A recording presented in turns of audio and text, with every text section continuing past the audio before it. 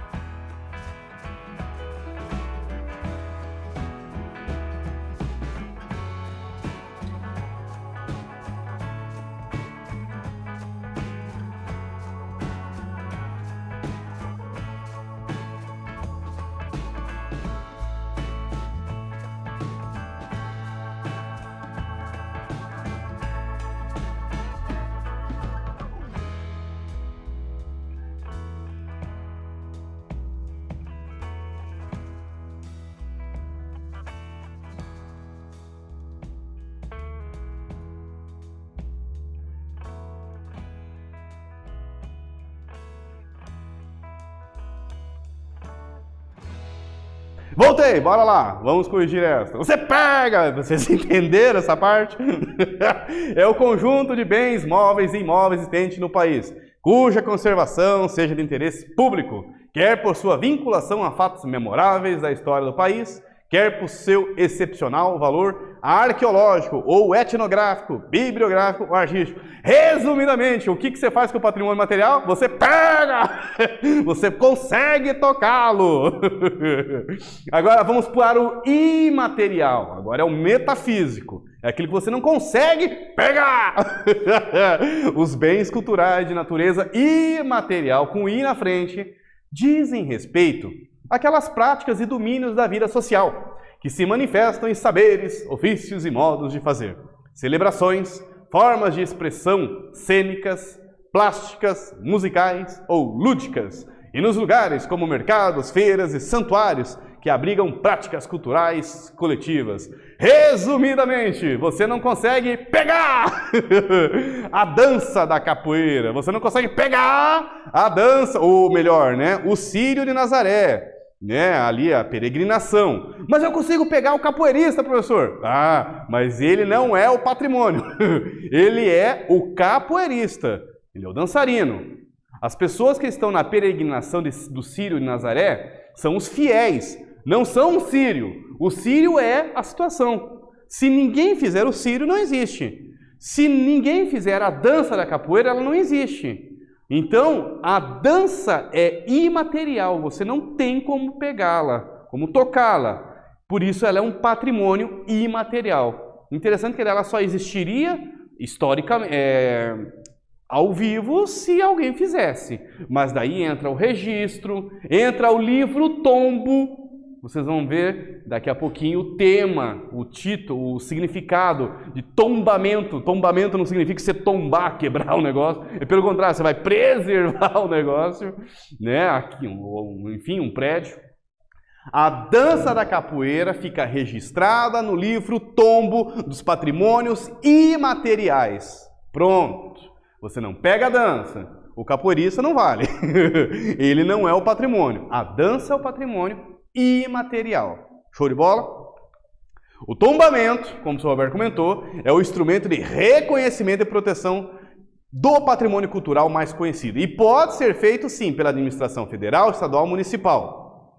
O forro da Capela de São José de Ribamar, fica em Aquirá, Ceará, bem pertinho de Fortaleza, conheço. Foi inscrito no livro tombo das artes aplicadas. Só o forro. Olha que interessante, né? Então, o tombamento, né, o livro tombo, que tem vários tipos de livro, inclusive do Instituto Patrimônio Histórico e Artístico do Brasil, né, o IFAM, ele faz ali nos seus livros tombos o registro desses patrimônios materiais, imateriais, artístico, como foi o caso do forro, do teto, né, no livro Tombo das Artes Aplicadas. Portanto, para um bem material ou imaterial, ser considerado patrimônio precisa ser registrado no livro tombo, após estudos que considerem a relevância daquele bem. Pô, coloquei a fachada do Colégio Estadual do Paraná, que fica em Curitiba.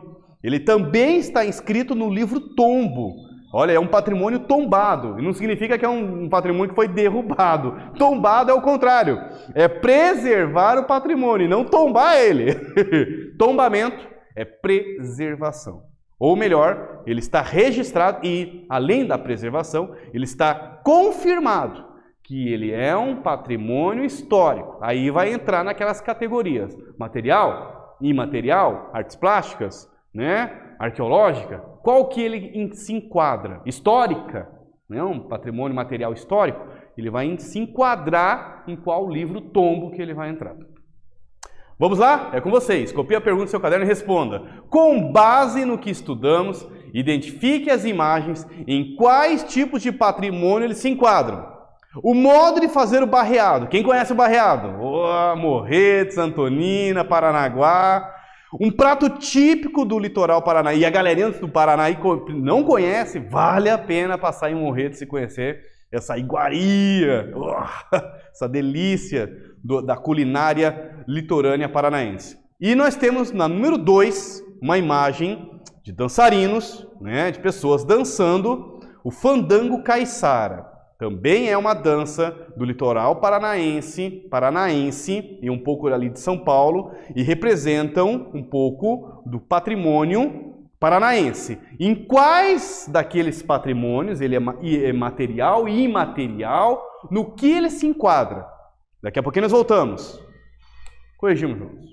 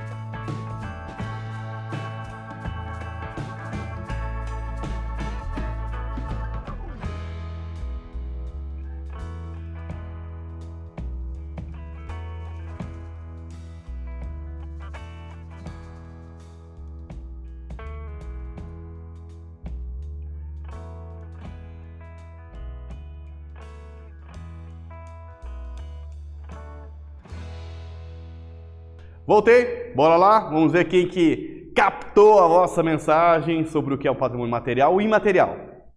Afinal, o barreado, a dança, o fandango caiçara, o que eles são de exemplos? As duas imagens, tanto o barreado quanto a dança de fandango caiçara, se enquadram no patrimônio imaterial, pois são saberes, ofícios e modos de fazer, ou seja, o saber fazer, o barreado e a dança, são considerados patrimônios. O barreado em si é a comida, é a culinária. A dança, os dançarinos, eles são os artistas, mas não são o patrimônio. O patrimônio são a dança, o saber fazer a dança, o fandango caiçara, e o saber fazer o barreado. Eles, esses registros, os saberes, né, o saber fazer o barreado e a dança, que estão registrados no livro-tombo do patrimônio imaterial. Você não pega o saber está aqui dentro. A pessoa sabe fazer lá quantas horas, fica no fogo, não sei o que, fogão a lenha, no tacho, todo esse saber fazer o barreado do litoral paranaense, a dança caiçara de origem hispânica e tudo mais, né, uma relação ali com o Brasil colonial ainda, do litoral paranaense, o saber dançar está registrado no patrimônio imaterial. Nesta aula, galerinha do sexto ano, estudamos o conceito de patrimônio cultural, sua importância e classificação em material e imaterial, assim como alguns exemplos. Vimos também que para se definir algo como um patrimônio é reconhecido o interesse cultural, histórico, ambiental, etc., para a denominada região, país, etc. de novo. Nossas referências, só agradecimento a toda galerinha do sexto ano, foco nos estudos, força, um pouquinho de fé não faz mal a ninguém, né? Até a próxima. Valeu!